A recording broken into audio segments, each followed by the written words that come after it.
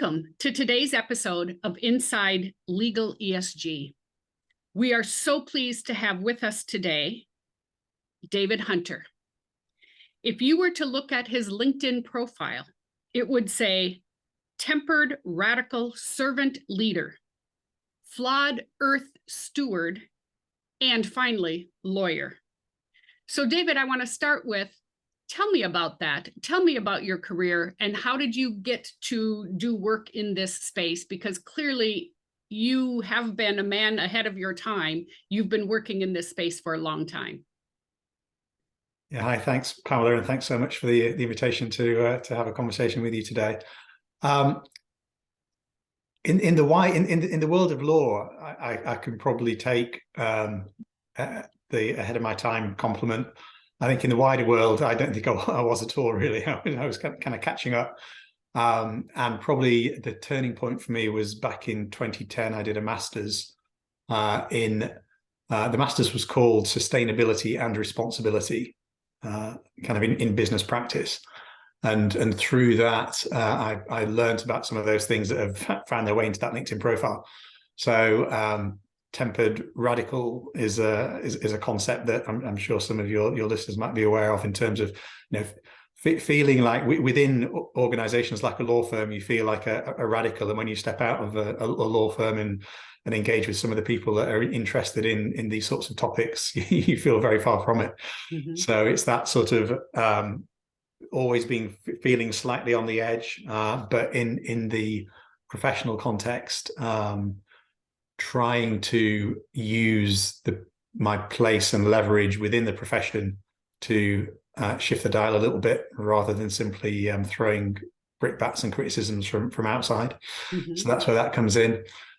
Servant leadership is I think Robert Greenleaf back in the 1970s, a very long time ago, in the business world, came up with this concept, and it resonates with me very much as a sense of leadership isn't about title, it isn't about power, it's about service and understanding how you can use the influence that you have in order to further sort of general societal well-being.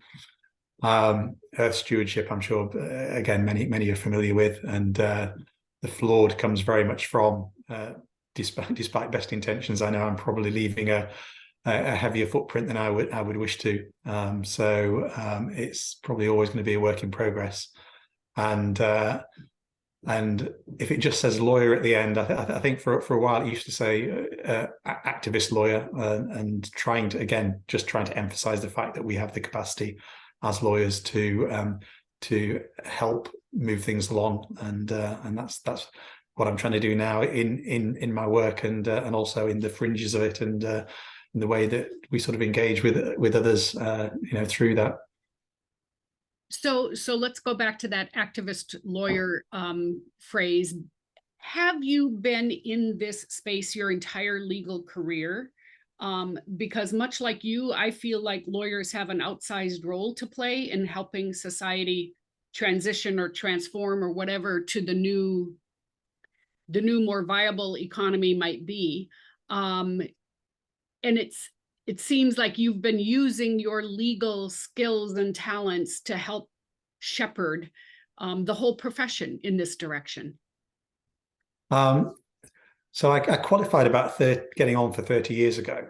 And I would probably say that for roughly half of that time, then I was a commercial lawyer. I didn't really think too much about the consequences of the work I was doing. It was reasonably challenging intellectually. It was reasonably challenging in terms of the time commitment it was making on me, and it was well remunerated, but and that was kind of it. But over time, I began to think a bit more about my my place in the world, and how I felt about that. And that course I mentioned was a bit of a pivotal role, and sort of whilst I was on that course, I was thinking a lot harder about how could I use my position and skills to have positive impact. And I'd always been vaguely aware of this firm called Bates Wells and Braithwaite in London, that kind of seem to focus on that sort of work and try and think a bit more about the impact of what they did. So I just wrote to them. I wrote to the managing partner and said, "You're the you seem like the sort of firm that I should be working for." And maybe it's a reflection of that culture that he called me and we had a chat, and he said, "Well, let's give it a go and see what happens." And that was 2011. So since then, it's been a lot easier to try and to do things. Bateswells have been very accommodating in terms of that experimentation, and not simply saying, well, if there's not a business case for it, we're not going to do it. Right. And happily during that time, actually, there has been a degree of convergence between what we're trying to do and what the world needs and what the market's trying to do as well. So that's been fortuitous. And we also have a podcast episode with Angela Monahan from Wow, Bateswells. So yeah, we got a great story of the Bateswells journey, which has been very impressive indeed. Some of the work you're doing in the profession includes your involvement with Net Zero Lawyers Alliance. Tell me about that. How did it get started? Who's involved, and what's the purpose and mission? Sure. So Net Zero Lawyers got going in the summer of 2021 prior to the COP in Glasgow, and it came out of the Race to Zero program and was an attempt to. Lawyers have been a bit slow to engage with the whole climate issue, but there's a barrister called Wendy Miles, who's a sort of international barrister, and she took it upon herself to try and create a place for lawyers to engage in these conversations and do some things. So it's great credit to Wendy that she had the vision and the energy to see that. So at the moment, it's now 30 plus law firms, most of which are in big international law firms, and there's a very conscious decision to try and reach out to other continents and to make sure it's not entirely Anglo-centric or Anglo-American centric, but that's where it seems to started out. And those firms have made a commitment to in terms of how they're going to behave as businesses themselves, particularly in terms of addressing their own emissions and have their own net zero targets and measure and report against those.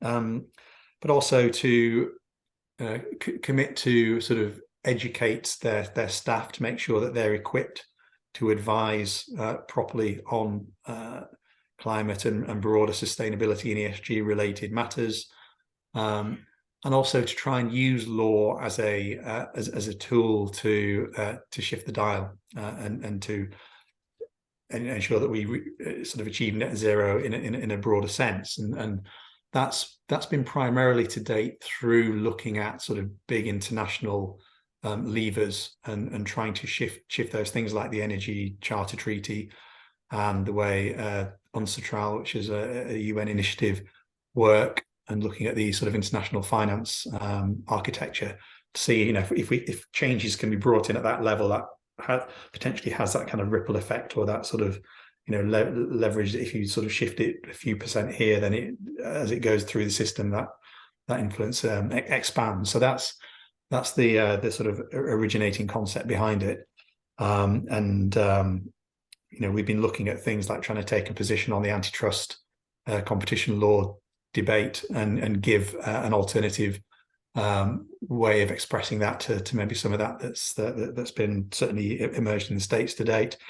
Looking at things like fiduciary duty, and is there a way to use our collective knowledge to have a sort of a positive look at how that may change in the future to make it easier to adopt some of the positions that we need to address some of the challenges that we face, and something that perhaps hopefully we might have time to touch on at the end in terms of how law firms can use their influence with clients and shift the client relationship perhaps to again to look at reducing emissions through the advice that's associated, the emissions associated with the advice that we give.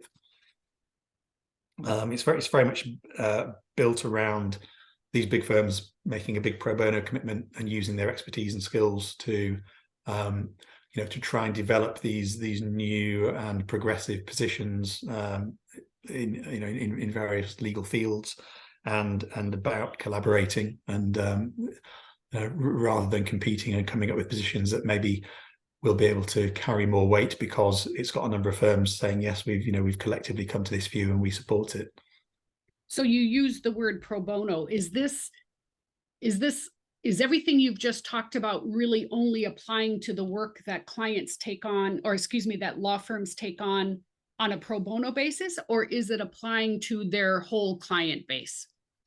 So this is more in the context of saying, look, these firms are going to commit their time and resource to these new initiatives, which will then hopefully have an impact across the profession and across business and across investment, without expecting there to be a client who's going to pay them for doing it. Yeah, understood.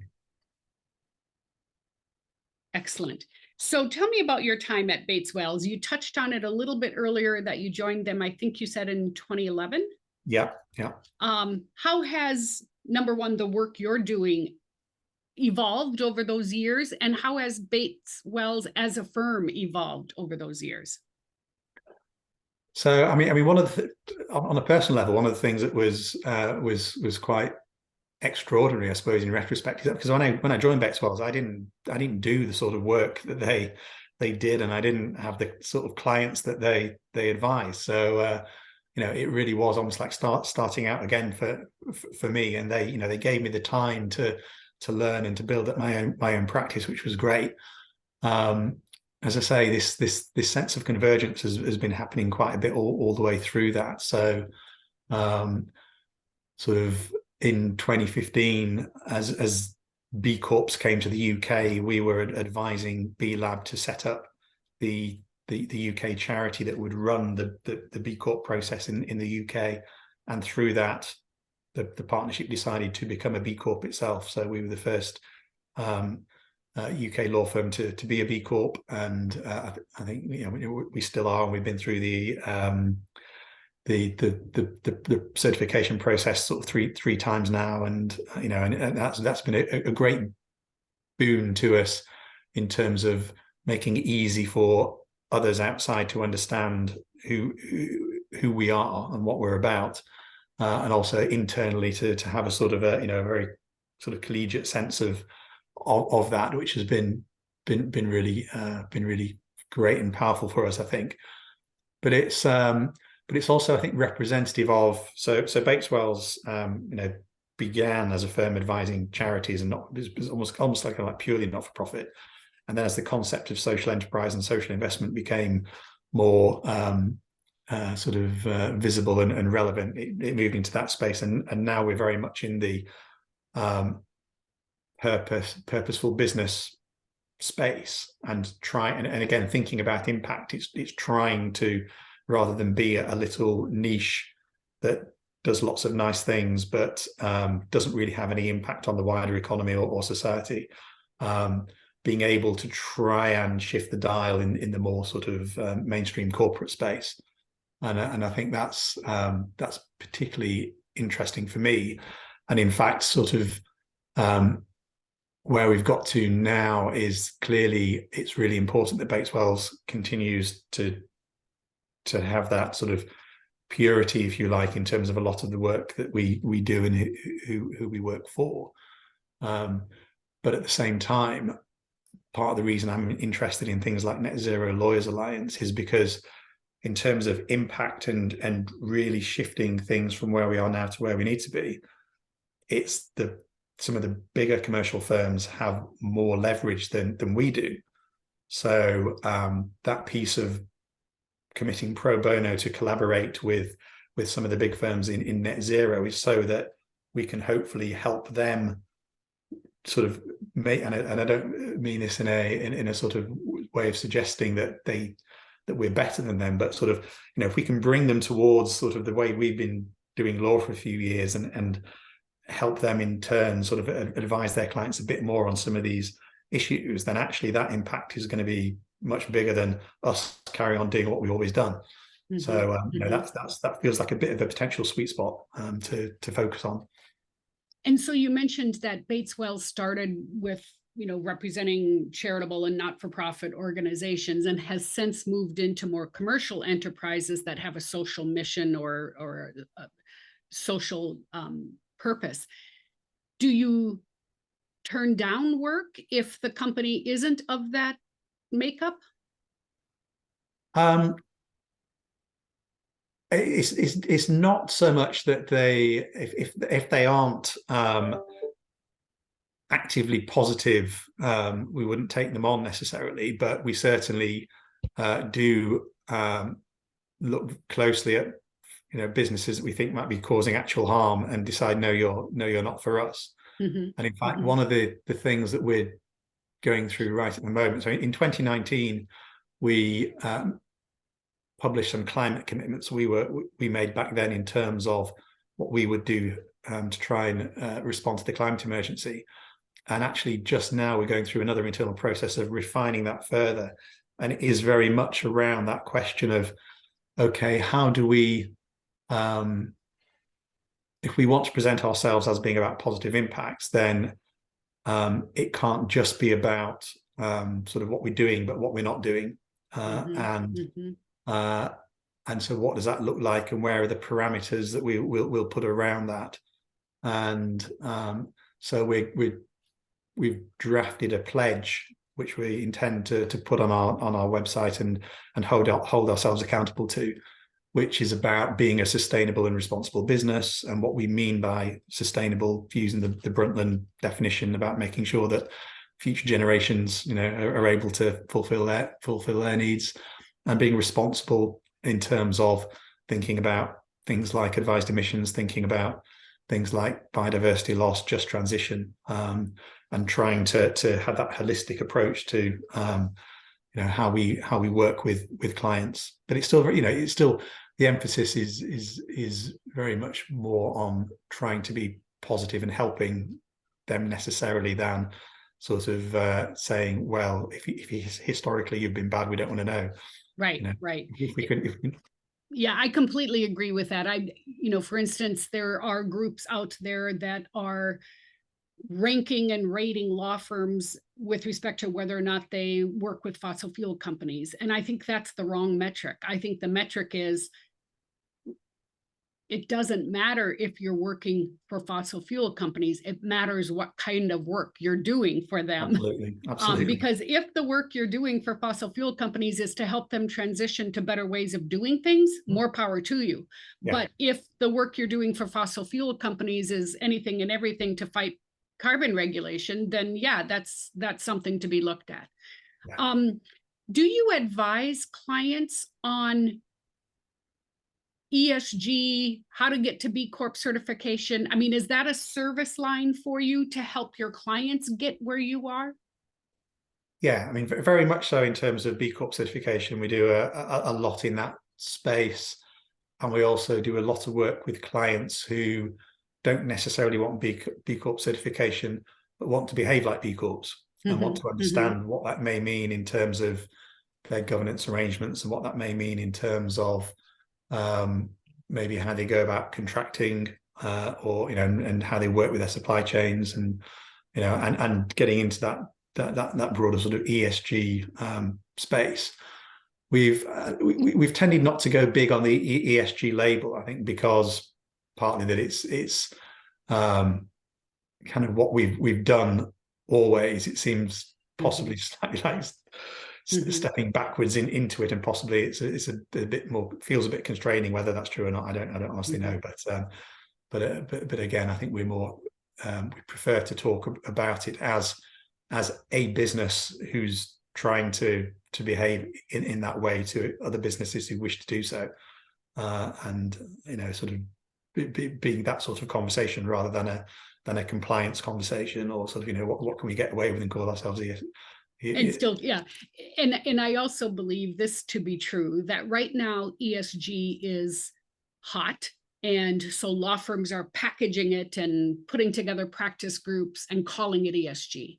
Yeah. But I believe that eventually ESG will just be part of everything that lawyers do, right? You will take those things into consideration from every practice group for every client industry, and it's not going to be a separate thing. I interviewed a lawyer from a law firm, and I commented, how come you don't have ESG listed on your website? And he said, because if we listed an ESG practice group, it would include every single lawyer in the firm, because that's the mindset, that's the lens through which we are serving our clients. And I think eventually the whole industry will get there. Yeah, absolutely. Well, I mean, because that's the way the economy needs to function. Yes. You know, it's exactly mindset, as you say, and that's what this pledge I mentioned is about. It's trying to demonstrate and develop and internalize a mindset that you are thinking along those lines, and taking all of those interdependencies into account in providing advice, and in terms of how you, as I say, how you relate on that client basis as well. Yep, I completely agree. One of the things we talked about prior to this recording was the work that the Law Society is doing. And you mentioned the Law Society Climate Change Working Group. I would love for you to describe for our audience what that is and what the outcome will be. Sure. So, I mean, that it's interesting how that came about, because actually, in some very enterprising lawyers in back in 2020 realized that, I mean, the Law Society was pretending climate change didn't exist, and it was sort of nothing to do with lawyers. But a few enterprising lawyers realized that it only took about 12 signatures to be able to put a motion on the ballot for the general meeting, or the agenda for the general meeting, and so wanted to put a no confidence motion up in relation to the Law Society's stance or absence of a stance on climate change. So they scrambled and were said, you look, one of those scrambling? well, I was one of the 12 that got the Law Society scrambling. Okay. So we got, that's what I meant. That's what I meant. Yeah. We got the rest. I mean, I wasn't enterprising enough to go through the regulations to work out this was all it was going to take. But yes, when the call went out, was, can we have some people to sign up? Then yeah, I happily was invited to join that. So anyway, the Law Society said, please don't put this forward as a formal resolution, and if you don't, we will set up a working group to to engage with climate change seriously. So the resolution was withdrawn, and they went through a process of recruiting to form this working group. And again, I was fortunate enough to get through that process, and they quite rightly tried to be quite representative, as the Law Society is, of the profession as a whole. So it was some people from big city firms, it was some people from who work in house, it was some environmental lawyers, it was some more sort of campaigning lawyers, it was people from small firms. So it was it was a good cross section. And first of all, we managed to come up with a draft a resolution prior to the Glasgow COP that became the Law Society's statement on climate change itself. So that was about what it was going to do as a business, what it was going to do as to support the profession, and what it both urged and encouraged solicitors to do themselves. And part of that was a commitment to provide guidance to the profession on what they needed to do in response to the climate crisis. That was what we spent most of 2022 working on, and it is now going through, I believe, the final internal formalities within the Law Society to be published, hopefully in March this year, so next month. And I mean, it proved quite a very interesting but quite difficult exercise, because the society is so broad and it's trying to speak to everybody across the profession. There was a danger that it would end up saying nothing. Right. And it also needed to be very concise. So to sort of tick those boxes and still be valuable was a bit of a challenge, but hopefully I think we've got there. It's trying to cover looking at helping solicitors understand what the risks are to themselves and to their clients, and what the sort of and how to go about approaching that. Looking at the impact of these risks on our professional duties and the interrelation between those, and in some quarters it's been very easy to sort of say, oh well, we have a duty to advise anyone who walks through the door, which isn't strictly true. There is right to representation, but that is framed in context, which mean obviously you have some discretion for the most part whether you're going to take on particular clients or particular work or not. So clarifying some of that, clarifying what it may mean in terms of things like needing to think about acting with integrity. Well, what does that mean in a context when you know that the product of your advice may cause material harm to great many people? And it's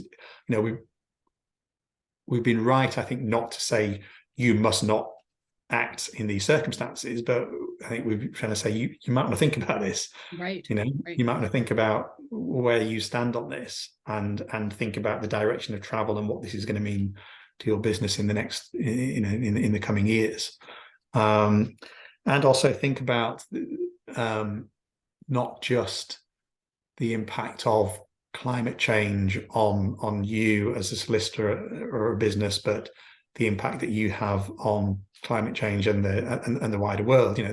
What in the financial sector is being described as double materiality. So that inside out perspective as well as the outside in one, which the EU has picked up on, and it was interesting to see what's coming out of the Montreal Biodiversity Convention late last year. Again, they're talking about needing to look at things in these terms. So I think and it has to be right.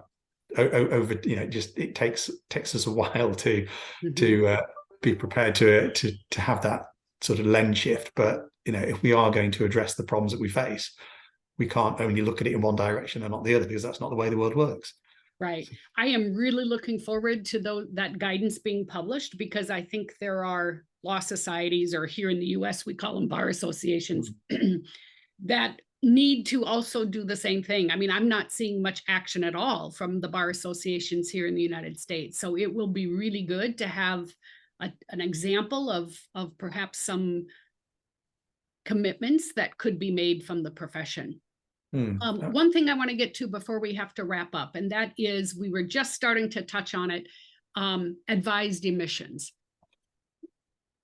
And that falls right into the double materiality bucket, right? It's not just what a law firm itself is doing with respect to its impact on society. It is the work we do for clients and the impact of that work.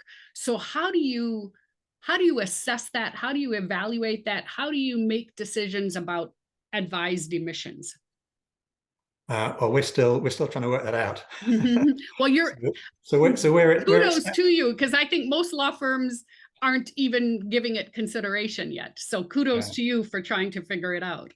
Yeah, and to be fair, I mean, this is one of the sort of the sub projects of net zero lawyers. So it's by no means unique to Bates Wells, but there's probably a dozen firms through net zero lawyers have come together. And step one is acknowledging that that's a valid, it's potentially where we can have most influence, right?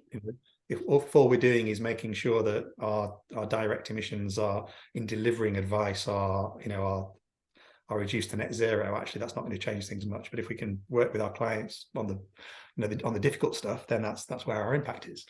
So step one is sort of acknowledging that and being willing to say, okay, well, we need to do something about it. Step two is the kind of okay, what does that look like? Where we've got to so far is, and because the sort of the goal is getting emissions down at the sort of speed and scale that we need to, that the IPCC have told us we need to.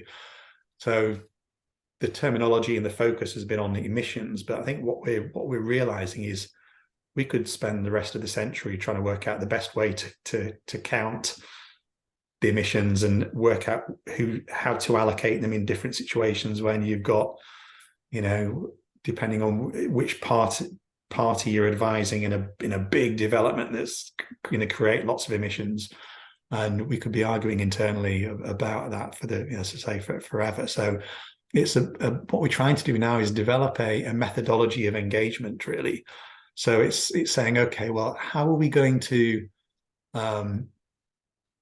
what conversations are we going to have with clients to understand, do they have a transition plan? Is it, how credible is it? If they come to us with asking us to advise on a matter, is it consistent with their transition plan? If it's not, are there extenuating reasons why not? Is it because actually this is a way to get from some kind of, it is, as you said earlier, one of those that they're really trying, but they're going to have to, there's going to be a blip in order to get to the point where they are reducing. And do we go along with that, or are we skeptical? And trying to work out some sort of standards or principles that we can all use, so we're having those conversations. Then when it comes to matters, we're saying, okay, there's a great opportunity here to to work with a client on their transition pathway. And if we're doing that, then our emissions are going to be coming down relative to the work we were doing for them 5 years ago. Or are we actually going to say, we're not convinced that they are doing that, but there's these fantastic guys over here who are doing things that we really want to get involved in. And then there's the internal conversations as well. They're kind of, okay, if you're having to say to a colleague, do you know what, the really lucrative work you've been doing for the last decade is sort of out of fashion now, and will be forevermore here. So, but we're not going to throw you on the scrap heap. Actually, there's going to be loads of work coming up in terms of adaptation and resilience and climate repair. So, we'll invest in you to build a practice around all of these nascent service lines, because we want you and we want us to be leading in that field. So it's, rather than it being, again, that kind of negative, just slamming the door, it's, okay, how do we pivot, and how do we do that in a way which at the same time doesn't then mean effectively it's business as usual, because we've just found a way to, on the one hand, say, we're doing all the good stuff, but actually we're still doing the same, the sort of predatory delay stuff that Alex Steffen talks about. Yes. And all of your comments that you just made were under the E pillar of ESG, but I would argue that the same holds true under the social practices and governance practices, and what we're helping our clients do or encouraging them not to do under ESG, in order to ensure the transition or the transformation to a new society that is so sorely needed. Exactly right. So we I mean, whether this proves correct or not, who knows, but we took the view that rather than try and do everything in one hit, given the sort of the existential nature of the climate crisis, if we could get traction on the E, then it is actually the same mindset that applies to the S and the G. And once you're doing it in one space, why wouldn't you do it in the others as well? So, we're trying to do it in bite-sized chunks rather than sort of, boil the ocean, so to speak. Well, thank you so much, David. This has been an incredible conversation. Unfortunately, we are running out of time, but I want to thank you for being a tempered, radical servant leader lawyer, because you truly have been leading the way. Thank you again. Well, it's a pleasure, always a pleasure talking to you, Pam, and good luck with the podcast. Thank you.